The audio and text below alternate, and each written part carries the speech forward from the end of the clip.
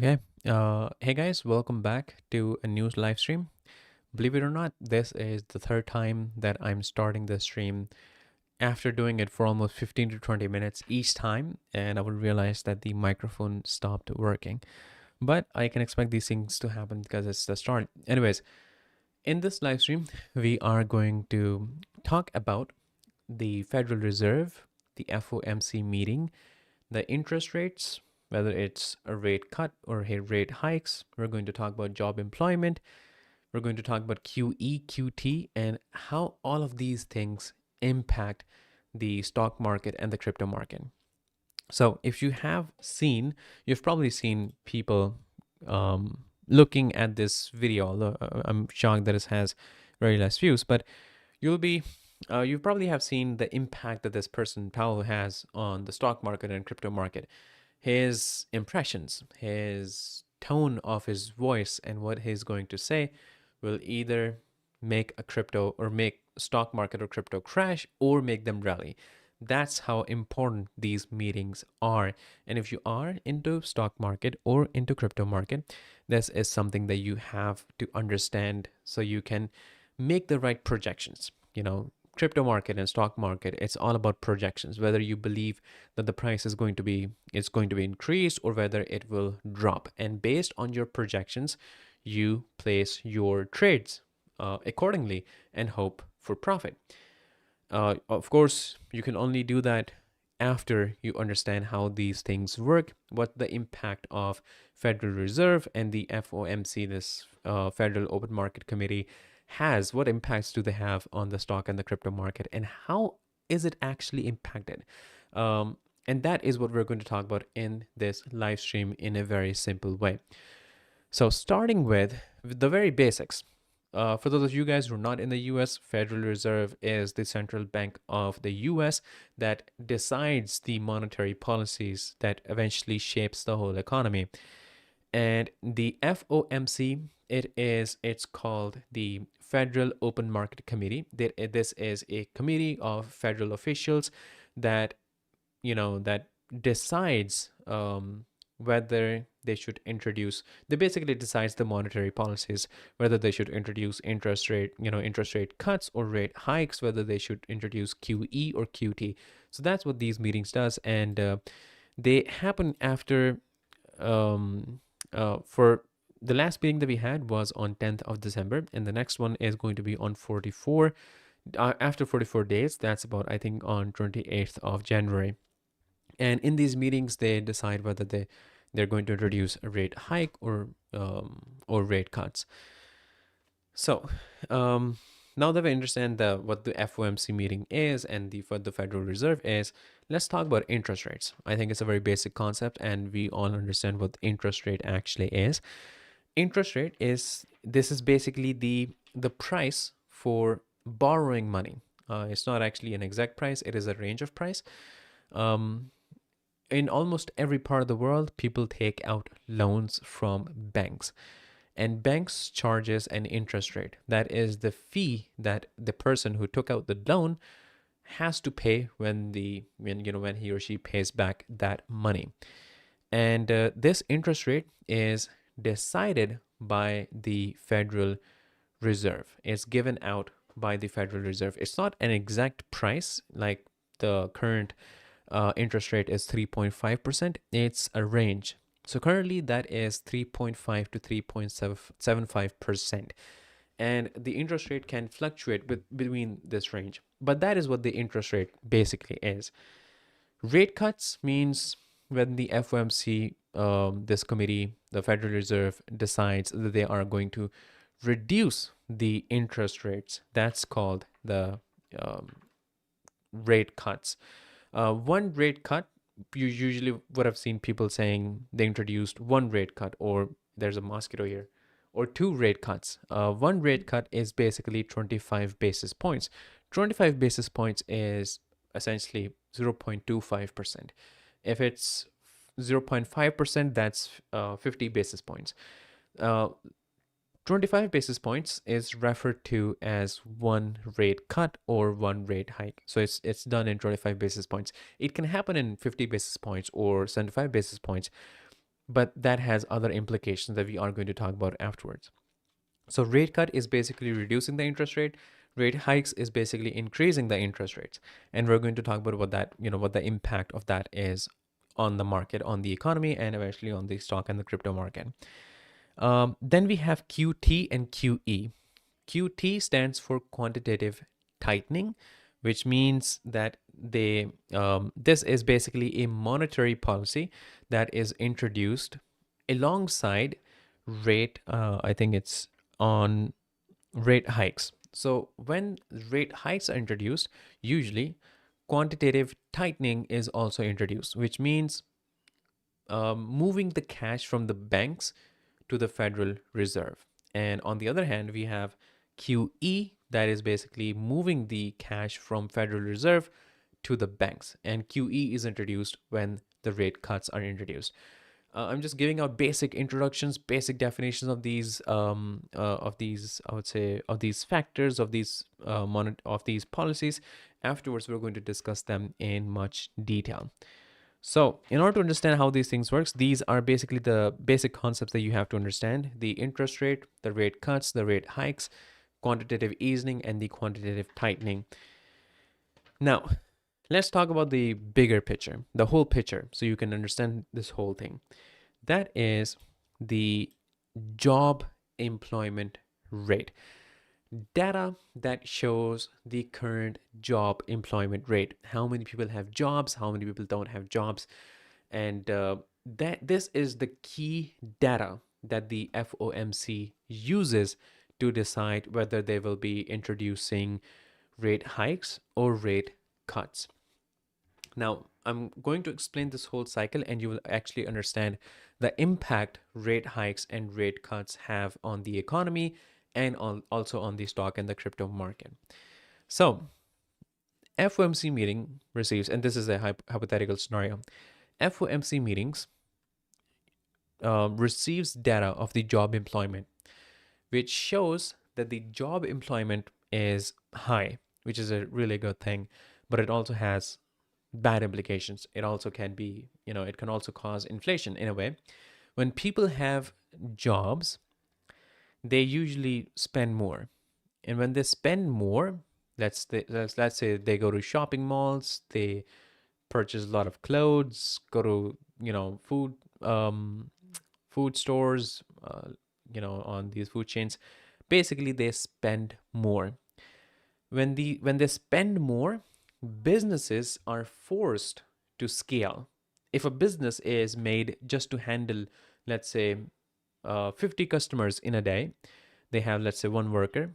Suddenly, because of a lot of high job employments, suddenly that business is receiving double the amount of customers. It can't handle that many customers. So what they do is they are forced to hire more workers. They're forced to scale, to invest more, and eventually they have to increase their prices. And that's a very basic phenomena that we understand in crypto. More demand equals more value. So when the demand is increased, the prices also increases.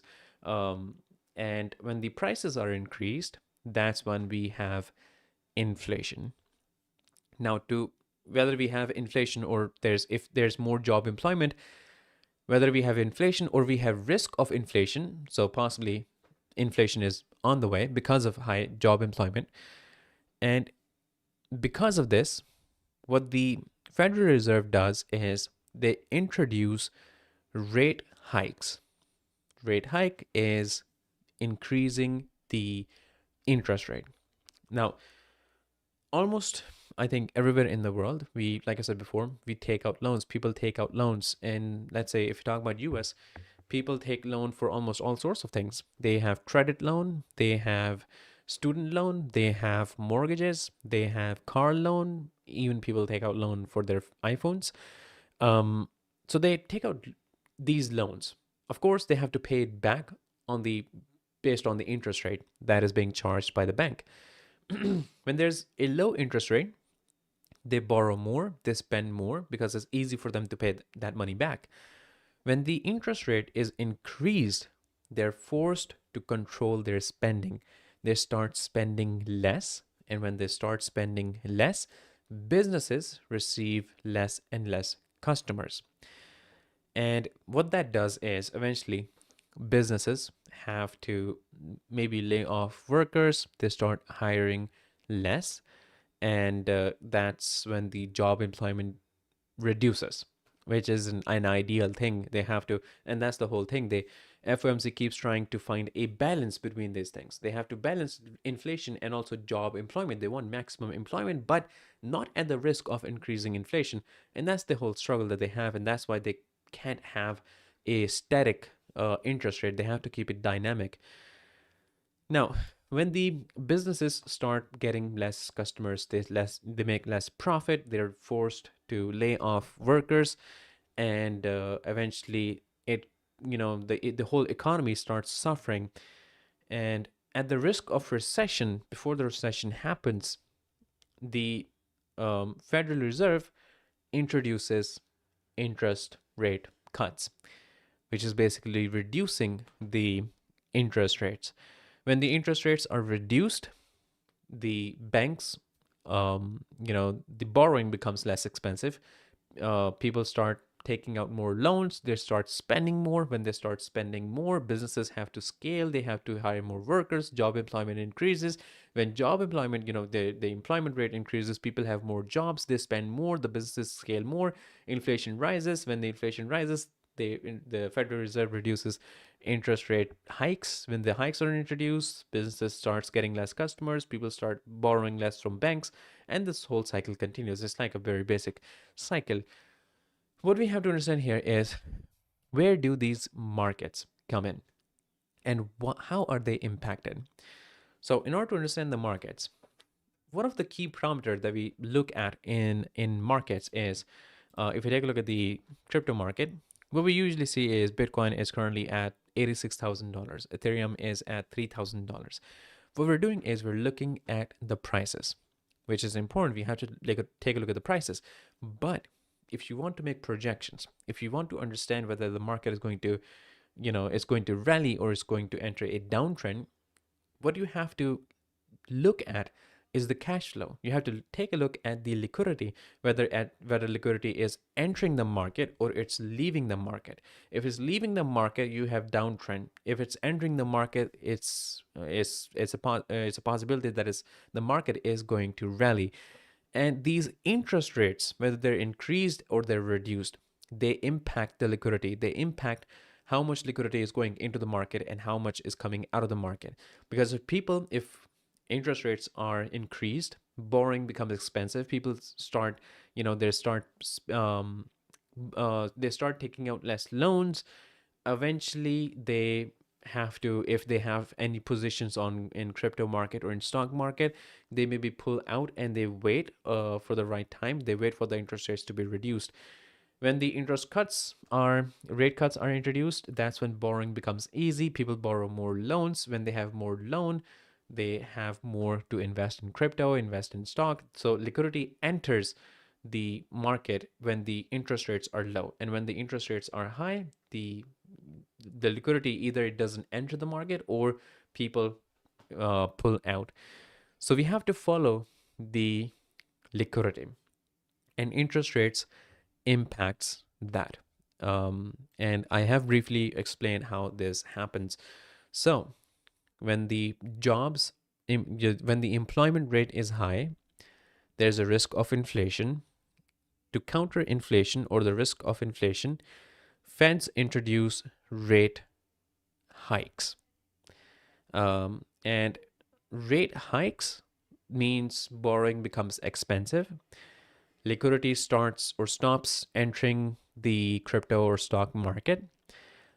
People start investing less in market, and that's when the stock market in this case, if it was in an uptrend, it would enter a sideways market.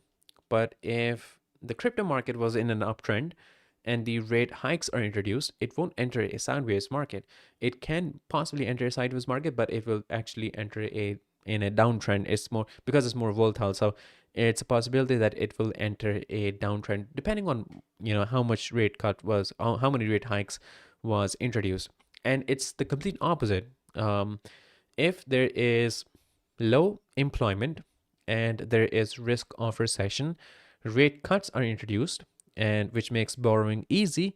When borrowing is made easy, um, people take out more loans. They don't hesitate to invest in stock and crypto market, and that's when liquidity enters the crypto and the stock market, and that's when these markets rally. So this is where these markets come in. Now there's one phenomena that we need to understand, and that is the QT and the QE. Now let's talk about that, because changing the interest rates is not enough. The main purpose of Federal Reserve is to counter inflation and to counter recession, or manage inflation and recession. That's the whole purpose of Federal Reserve is, and the FOMC is. And changing the interest rate is not enough to prevent inflation or to prevent recession. They have, yes, when they increase the interest rate, they have made borrowing difficult. And when they introduce interest rate cuts, they have made borrowing easier. But banks should have ample cash in order to give out as loans. And it's Federal Reserve that have to provide banks with that. This is called the QE, quantitative easing, and this is applied alongside rate cuts.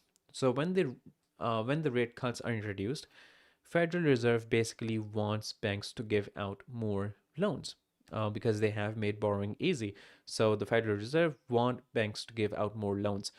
And Federal Reserve, what it does is it introduces QE. They purchases bonds and yields from these banks, and in exchange for those bonds, they give cash to those banks. So money moves from the Federal Reserve to these banks, and in return, the Federal Reserve keeps those bonds that eventually mature at a given time. And now, not only that the borrowing has been made easy, but Federal Reserve has provided with ample cash to those banks to give out as loans. And when they give out loans, that's when people start spending more. Inflation is, and that's when the whole cycle, that's when we enter the whole cycle. And if we go for the opposite, when the rate hikes are introduced, that's when the Federal Reserve wants to control the inflation. That's when it wants banks to give out less loans.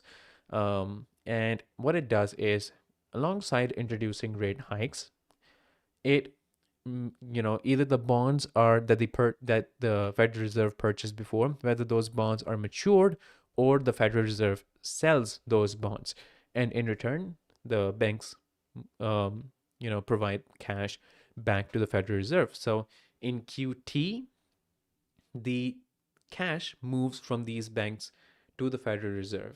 In the QE, cash moves from Federal Reserves to these banks. And that's the whole concept, because like I said before, introducing rate hikes and rate cuts is not enough. They have to introduce QT and QE alongside the rate hikes and rate cuts to manage inflation and recession.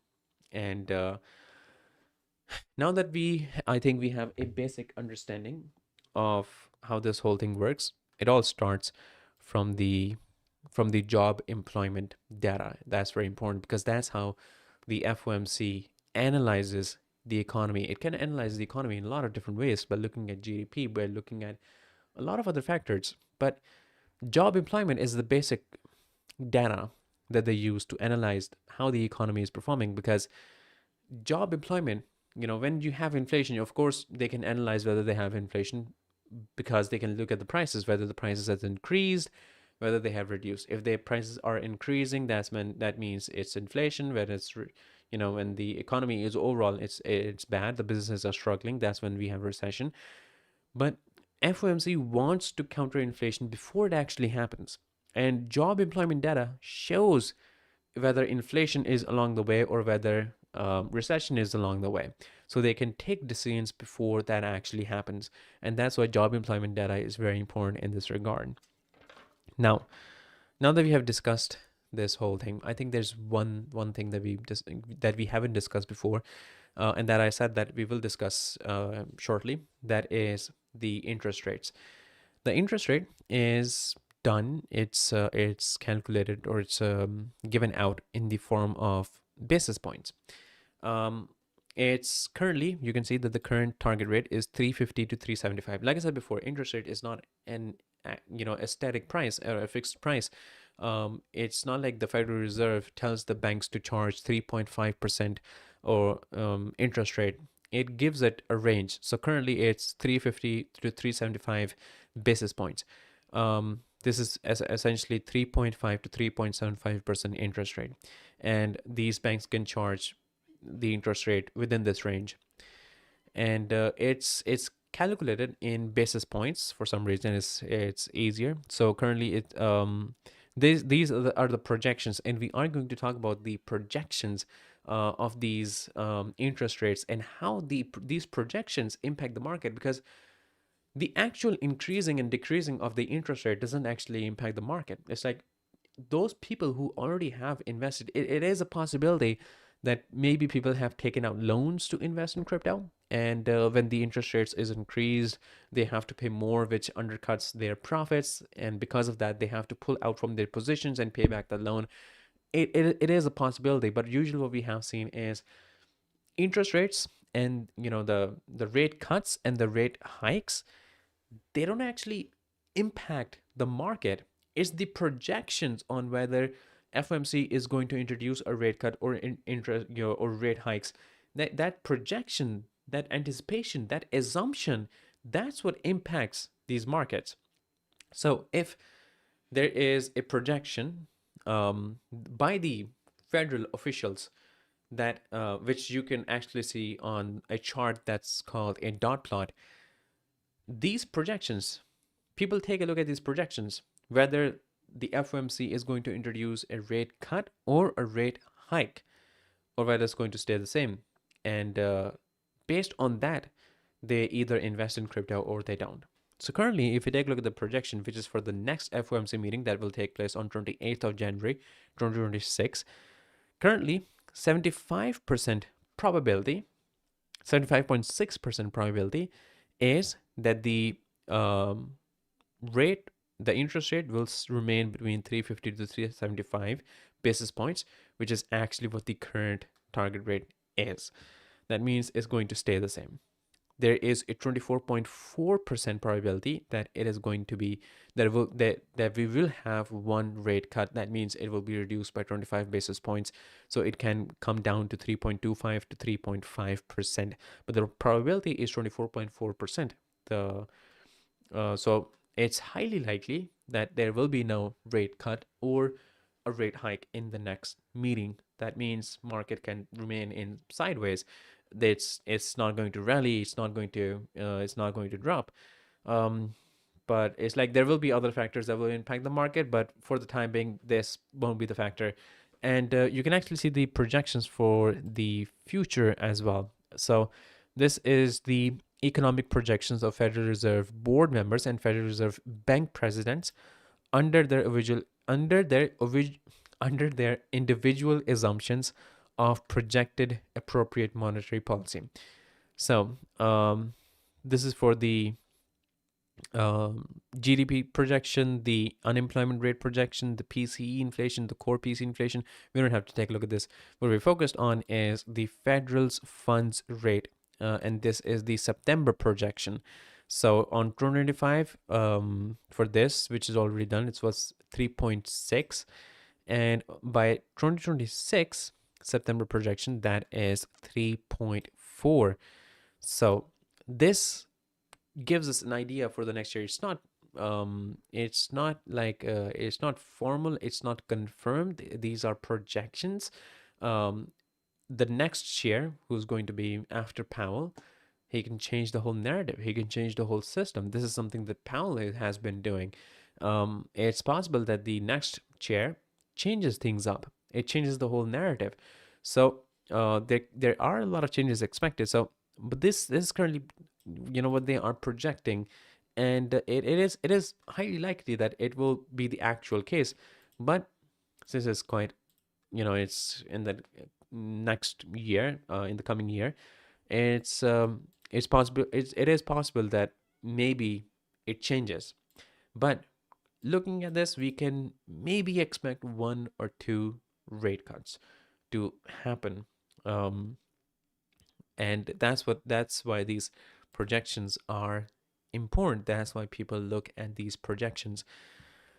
Now, one other thing that I was talking about before is the interest rate. It's when we talk about the interest rate, that the Federal Reserve has given out this particular interest rate, this range of interest rate that the banks should charge to the people. It's that interest rate that is given out currently, which is 350 to 375 or 3.5% to 3.75%. That is what the banks charge each other. So the banks in the US, they have to maintain a specific amount, a specific balance, in simple terms, overnight. So at the night, they have to report that they have this balance. If they don't have it, if they are short by some amount, what they will do is they will take out loan from another bank, and this interest rate will be charged from bank to bank. Now, if this interest rate is increased and that bank itself is loaning this amount to others, like I said before, it can be mortgage, car loan, student loan, business loan, whatever. Now that this bank is paying more to the other bank, they will increase this amount to the people who are loaning it. So eventually it will, they will have to increase the interest rate for those people as well. They will charge more. And for the new loans as well, they will charge more. And that's how this whole thing is impacted. It's not like Federal Reserve tells the banks to charge this amount to the people. This interest is charged from bank to bank, and since that is increased, eventually they're forced to charge more to the consumers, to the people who take out these loans. And now that we have understood this, I think we have all the basic understanding of how the FOMC meeting, how the interest rates impacts the stock and crypto market. Like I said before, it's all about liquidity. It's all about cash flow. And these interest rates, whether they're increased or they are decreased, they decide whether liquidity is going to enter the market or they are going to leave the market. And like I said before, it's the projection that actually counts, not the actual interest rates or the actual rate cut or rate hikes that impacts the market. So currently, this projection is what's impacting the market. Not when it's actually going to happen. It won't have that much impact. It's this projection that people are looking at, that in the next meeting, the target rate, the interest rate will remain possibly the same that we currently have, 3.5 to 3.75%. And there's 24.4% probability that it is going to drop. If we have a meeting and the next projection comes in which almost 75% probability is that there will be a rate cut that will be introduced in the next meeting, that is a bullish signal for these markets. And that's when people start investing more, even though currently that interest rate is still what it is before. It's higher than what it's going to be afterwards, but they start investing now. And that's how this whole thing happens. And we can actually see these probabilities and how they change over the time. So for one rate cut to be introduced almost 1 month ago, the projection was sitting at 16%, and over that time, it has increased. So 1 week ago, it has increased to 23.5%. That means some officials, decided that maybe it's more possible that there will be one rate cut that will be introduced, and this was of 12th of December. And that was 24.4. So currently, the current probability is 24.4%. 1 month ago, this was 16%. So the probabilities itself are dynamic, they change. So it's not something that's written on stone, that's confirmed. These things can change. The probability for the interest rate to stay the same that it currently is, it was 48% 1 month ago. 1 week ago, it also increased to 68%. And 1 day ago, on 12th of December, it changed to 75.6%. So again, that also is dynamic. For the rate hike, for the interest rate to be increased to 375 to 4%, which is actually quite a lot. There was 34% probability 1 month ago, then 1 week ago 8.5%, and now it's zero. So it's highly unlikely that there will be a rate hike that will be introduced.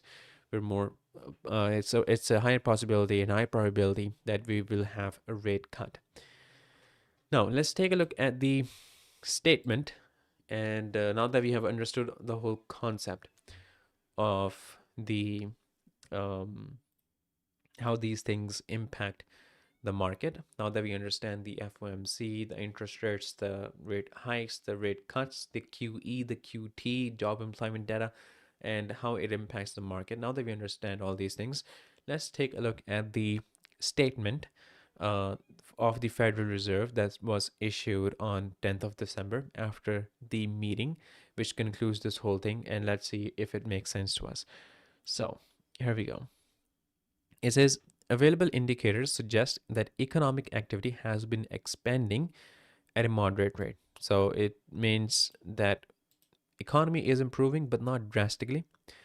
Job gains have slowed this year, and the unemployment rate has edged up through September. More recent indicators are consistent with these developments. Inflation has moved up since earlier in the year and remains somewhat elevated. So currently, you will see that job gains have slowed this year, which means, ideally or hypothetically, we would consider that if job employment is low, that means we have a recession on the horizon. And because we have recession on the horizon, there should be a rate cut that should be introduced. But on the other hand, inflation has moved up since earlier this year and remains somewhat elevated. So you have low job employment, or you don't have a high job employment rate, but you also have inflation. Both are contradictory. If you have inflation, you introduce rate hikes. If you have low job employment rate, you introduce the rate cuts. But now both of these factors are happening at the same time. So at this given point of time, of course, things are changing. Maybe maybe job employment is improving, maybe inflation is reducing, but at the current moment, it both appear to be, contradictory. So it's, like I said before, it's not a fixed mathematical formula that can be applied every single time, because if it was a simple mathematical formula that can be applied, then this whole thing can be automated. You don't have to have these FOMC meetings. You can just set up a bot for these things to adjust the interest rates, but just feed the job employment data and let the bot does what it does. But it's not the case. You can't have that because of these situations, because the bot will be confused. You have inflation at the same time that you have low employment. So this is where the committee comes in. This is where these officials comes in with all of their research and everything else.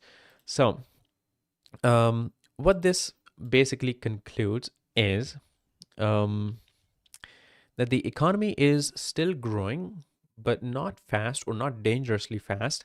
It's more steady and it is manageable. Hiring is still happening, but it is clear, it has slowed down compared to earlier this year. And the unemployment has started to creep higher, which tells the Fed that the job market is cooling instead of overheating. And inflation, which had eased earlier, has picked back up a bit and is still above where the Fed wants it. So the prices are, they're not fully in control yet.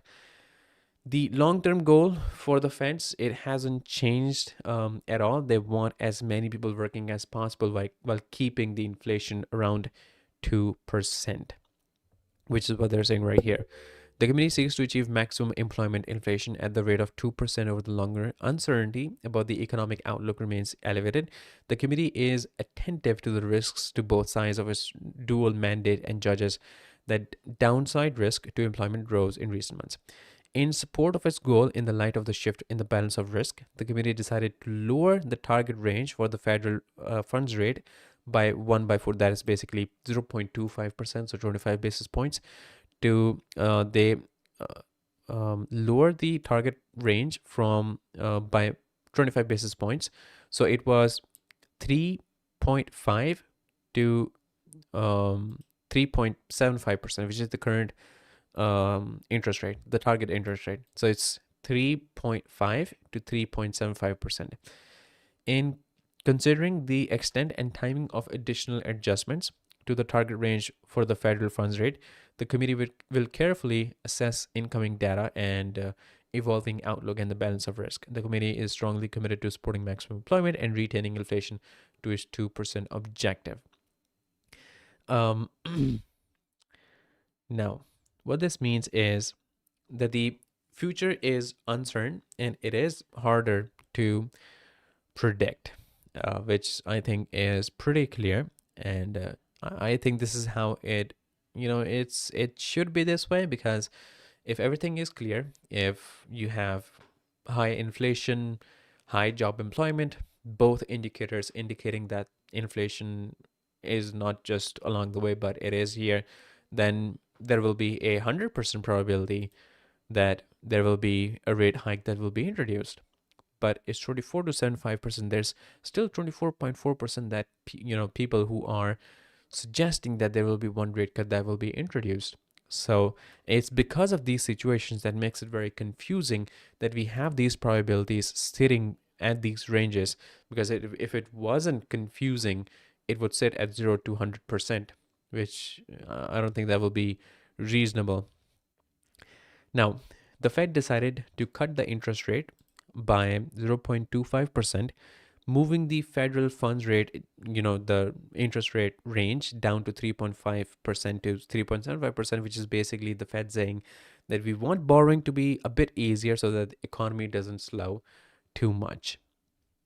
They also are being very careful and non-committal about the future, saying they will not promise more cuts or hikes, and instead will decide meeting by meeting based on new data, especially jobs, inflation, and overall financial condition.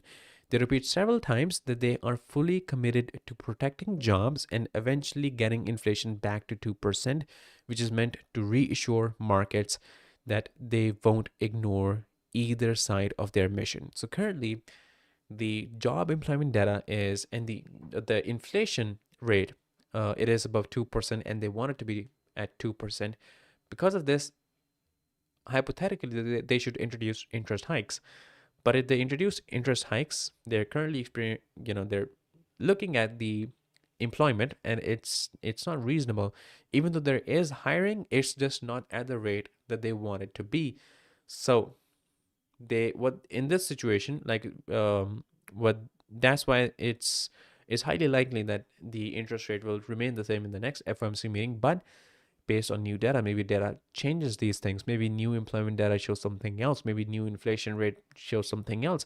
And there are, like I said before, even though the job employment data is the key data that they look at, it's not the only data that they use to assess the economy. There are a lot of other factors, and they can't suggest otherwise, and that's how they take their decisions. So, they also say they're watching everything closely and are ready to change policy quickly if something unexpected breaks or worsens, which is Fed speak for we're flexible and on alert. Now, this is where another concept comes in. We usually have seen that when a rate cut or rate hike is introduced, it's done by 25 basis points, so about 0.25%. If it's 3.25%, if the interest rate is 3.25%, and you have, let's say, you have to increase the interest rate by 25 basis points, it will be 3.5%. And the reason why you will increase the interest rate is because of inflation. If there's higher inflation, what you will do is you will introduce rate hikes, and you will do that usually by 25 basis points.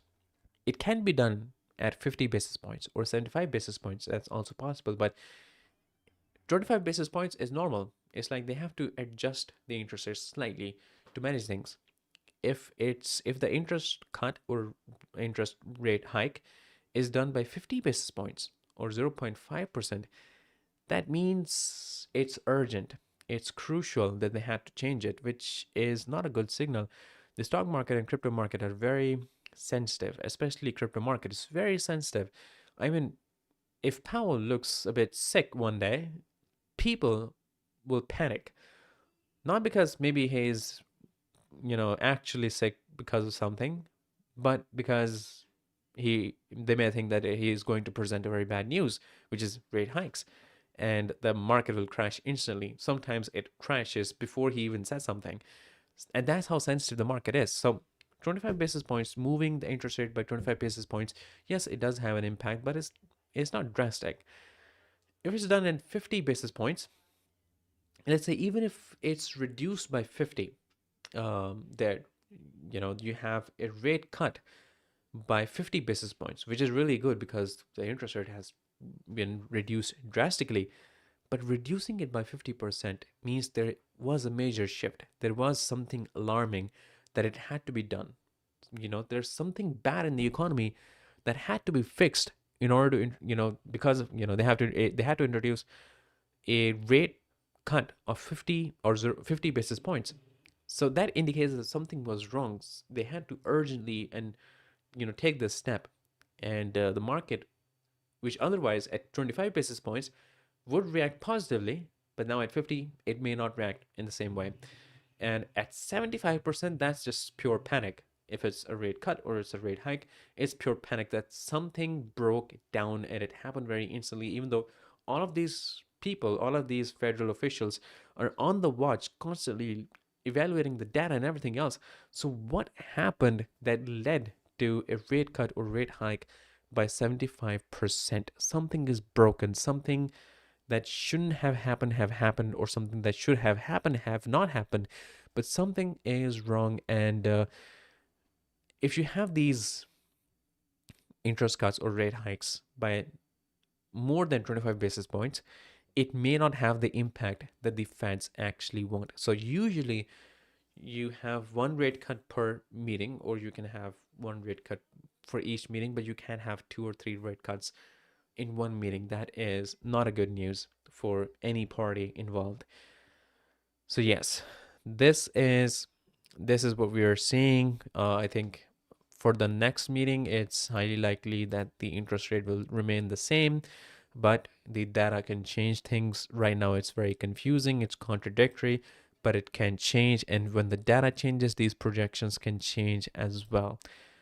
But this is how you evaluate the, the Federal Reserve, the interest rates, the rate cuts, the rate hikes, the QT, the QE, the job employment data, and what you can use to create your own projections on where the market is going to head next.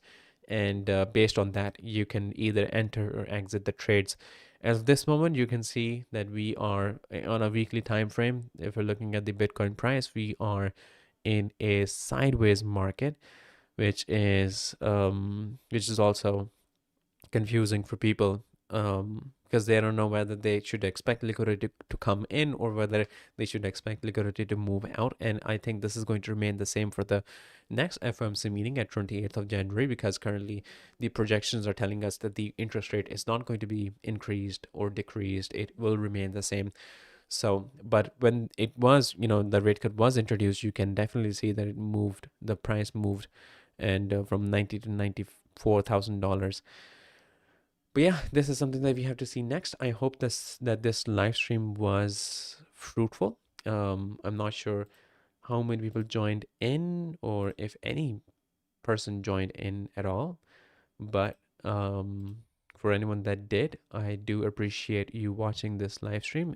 It will be available for anyone to watch afterwards.